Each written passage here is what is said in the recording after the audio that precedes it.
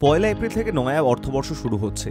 আর প্রতিবারের মতন নয়া অর্থবর্ষের পয়লা দিন থেকেও এবারও একাধিক নিয়ম চালু হতে চলেছে। এবারও সেটা ব্যতিক্রম হচ্ছে না।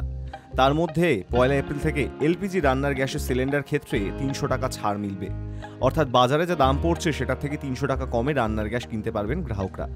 তবে সকলে সেই সুবিধা পাবেন না, শুধুমাত্র প্রধানমন্ত্রী উজ্জ্বলা যোজনার আওতাভুক্ত উপভোক্তারাই সেই সুবিধা পাবেন। অর্থাৎ এলপিজি রান্নার গ্যাসে ৩০০ টাকা ছাড় পাবেন তাঁরা।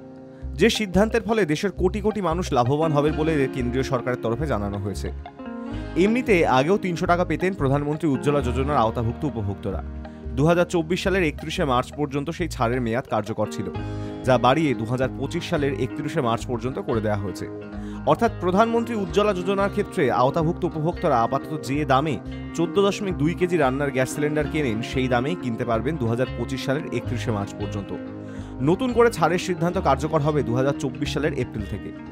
তাহলে রান্নার গ্যাসের দাম কত পড়বে? আপাতত কলকাতায় ভর্তুকিহীন ১৪.২ কেজি রান্নার গ্যাস সিলিন্ডারের দাম পড়ছে ৮২৯ টাকা, যা উজ্জ্বলা যোজনার উপভোক্তারা ৫২৯ টাকায় পাবেন। আর দিল্লি, মুম্বাই, চেন্নাইয়ে উজ্জ্বলা যোজনার উপভোক্তাদের একটি সিলিন্ডার কিনতে খরচ পড়বে যথাক্রমে ৫০৩ টাকা, ৫০২.৫ টাকা, ৫১৮.৫ টাকা। নিয়ম অনুযায়ী বছরে ১২টি রান্নার গ্যাস সিলিন্ডারের ক্ষেত্রে ভর্তুকি পান প্রধানমন্ত্রী উজ্জ্বলা যোজনার আওতাভুক্ত উপভোক্তারা।